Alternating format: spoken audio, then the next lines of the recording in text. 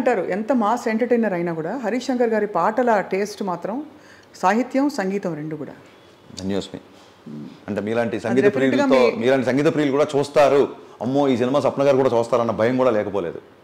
Thank you very much. అయితే నేను I would give that to your parents అండి. ఖచ్చితంగా పెంపకంలో మూలాల నుంచి వచ్చిన సంస్కారం. నేను చెడిపోయానంటే వీళ్ళంటి ఫ్రెండ్స్ మూలంగా అండి. నేను ఏమన్నా బాగున్నాయంటే మా నాన్న వాళ్ళ. అంతే. మీకు దైవభక్తి మెండుగా ఉన్నట్టు మీ రూమ్లో ఈ ఫోటోలన్నీ చెప్తున్నారు. ఇది మా ప్రొడ్యూసర్ రూము. బట్ మీకు కూడా దైవభక్తి 100%. సనాతన ధర్మం అనేది నా డిఎన్ఏలో ఉంటుంది, ఇంకా అందులో డౌట్ లేదు. I'm very proud of my religion and I want to say this to చాలా చాలా బలంగా చాలా గౌరవంగా చెప్పాలనుకుంటున్నా. ఇది ఖచ్చితంగా సందర్భం వచ్చింది కాబట్టి చెప్తాను. నాకు ఈ అవకాశం ఇందుకు రాలేదు. ఖచ్చితంగా బంగ్లాదేశ్లో హిందువుల మీద జరుగుతున్న దాడుల్ని ఖచ్చితంగా నేను ఖండిస్తున్నాను.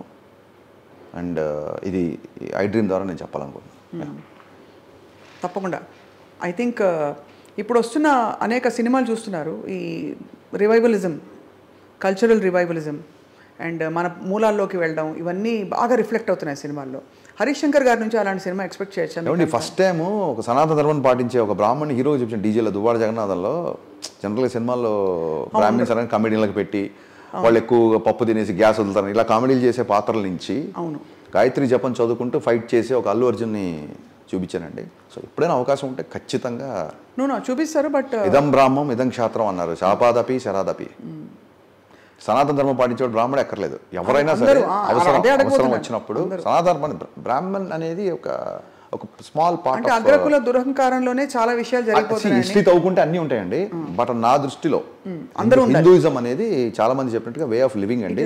అతనికి యజ్ఞోపవితం ఉన్నా లేకున్నా అతను కనుక సనాతన ధర్మాన్ని పాటిస్తే అతని బ్రాహ్మణి కంటే ఎక్కువ అతని కాళ్ళ అసలు ఒకటి గమనించండి. అందరూ ఊరికే ఈ చిన్న టార్గెటింగ్ కూడా ఉంటుంది అప్పుడప్పుడు. రాముడు క్షత్రియుడు, అక్కడ ఉండే పూజారి బ్రాహ్మడే కదా. రాముడి కాళ్ళు గడిగి నెత్తి మీద పోసుకునే బ్రాహ్మడే కదా. కృష్ణుడు యాదవుడు, అతని కాళ్ళు గడిగేది బ్రాహ్మడే కదా. ఒక్క బ్రాహ్మణ దేవుని చూపించండి నాకు, దేవుళ్ళలో ఒక బ్రాహ్మణ చూపించండి నాకు, అంతే కాదు కదా. సో కులం అనేది నథింగ్ అండి. ఇది హిందూయిజం అనేది ఒక వే ఆఫ్ లైఫ్. ఈ ధర్మాన్ని నమ్మేవాడు ఎవడైనా సరే బ్రాహ్మడి కంటే ఎక్కువ నా దృష్టిలో. చాలా చాలా చాలా ఇంత ఉద్వేగం ఎప్పుడు మీలో చూడలేదు. పరిస్థితులు అలా ఉన్నాయండి, ఇవాళ రేపు పరిస్థితులు అలా ఉన్నాయి, ఉద్వేగపడేలా ఉన్నాయి. సో మీ నుంచి అయితే ఇటువంటి సినిమాలు కూడా ఎక్స్పెక్ట్ చేయొచ్చు. 100% అండి, 100%. ఇన్ ఉస్తాద్ భగత్ సింగ్లో సనాతన ధర్మాన్ని విమర్శించిన వాళ్ళకి చాలా గట్టిగా ఆన్సర్ ఇచ్చాం. ఆ సినిమా రిలీజ్ అయినప్పుడు చూస్తారు. బహుశా విమర్శలకు కారణం సామాజిక పరిస్థితులు అయిండొచ్చా కొంత? ఎనీథింగ్ అండి. సామాజిక పరిస్థితులు ఎప్పుడూ ఉంటాయండి. విచక్షణ అనేది మనలో ఉండాలి. ఒకసారి ఒక మచ్చరవి ఒక డాక్యుమెంటరీ తీసినప్పుడు చెప్పాను నేను, భారతదేశంలో ఇస్లాం కానీ బౌద్ధ మతం కానీ క్రిస్టియానిటీ కానీ వేరే ఏ మతమైనా సరే ఇంత ప్రబలంగా వ్యాపడానికి కారణం హిందూ మతం. ఎందుకంటే వీఆర్ యాక్సెప్టర్స్. కరెక్ట్. మనం మన దేశంలో ఎలో చేసాం కాబట్టి మనకు ప్రాబ్లం లేదు, మనకి ఇన్సెక్యూరిటీ లేదు కాబట్టే మిగతా మతాలన్నీ ఇంత బలంగా ఇక్కడ వ్యాపించాయి. దానికి కారణం హిందూయిజం నా feeling. Hinduism and also anybody who lives in India from అక్కడ టాప్ టు టో, అంటే మన కాశ్మీర్ నుంచి కన్యాకుమారి వరకు ఎవ్రీబడి, ఈ నేల మీద ఉన్న వాళ్ళందరూ కూడా హిందువులే మూలాలు చూసుకుంటే. అనంత్ శ్రీరామ్ గారు ఒక సందర్భంలో అన్నారు. రైట్. సో ఈ సినిమాలో మీరు అనంత్ శ్రీరామ్ గారి చేత పాటలు రాయించారా? లేదండి, 4 పాటలే ఉన్నాయి. నా ఫేవరెట్ లిరిసిస్టులు ఏమో చాలా మంది ఉన్నారు. నలుగురికి మాత్రమే అవకాశం ఉంటే నాకు అప్పుడు అందుబాటులో ఉన్న నలుగురితో. ఇప్పుడు ఉస్తాద్ భగత్ సింగ్ పరిస్థితి ఏంటి హరీష్ గారు? కళ్యాణ్ గారు is about to return to shoots అండి. సెప్టెంబర్ 2 కానీ అక్టోబర్ నుంచి కానీ తిరిగి సినిమా రిజ్యూమ్ చేస్తాను. Will that be the biggest movie of your career?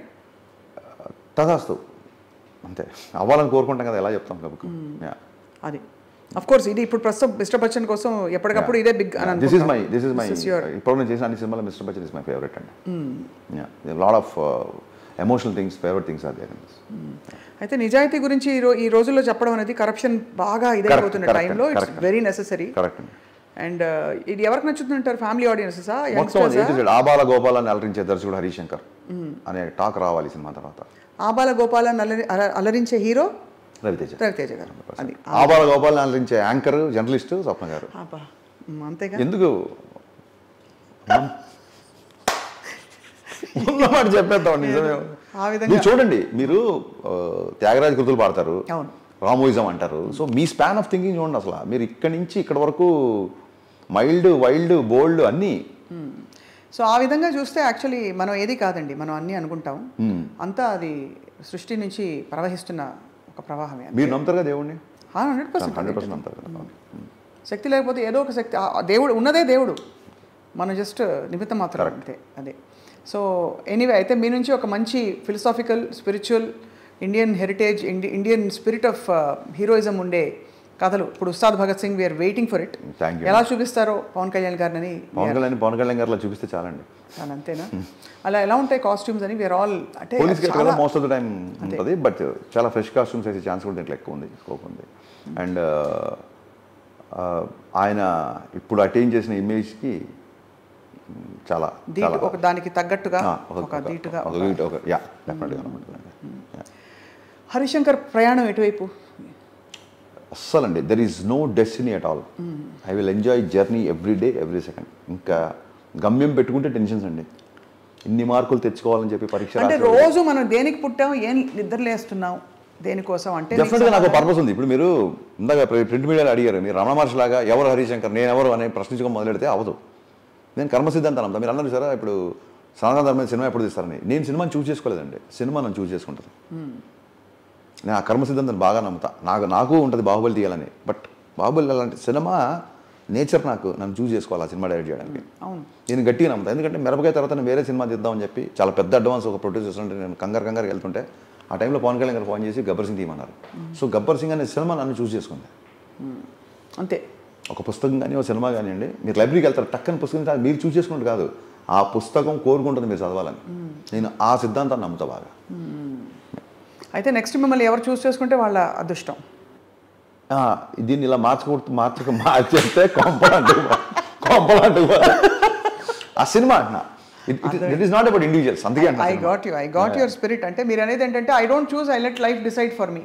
మీరు అలా మీరు ఎస్కలేటర్ మీద ఉన్నారు, ఫ్లోలో వెళ్తుంటాం అంతే. You are on the escalator, it is going on its own. అంతే అంతే, సింపుల్ అండి. ఆ విధంగా నడుస్తుంది. మూవింగ్ బస్లో మీరు ఉన్నారు అంతే. అది.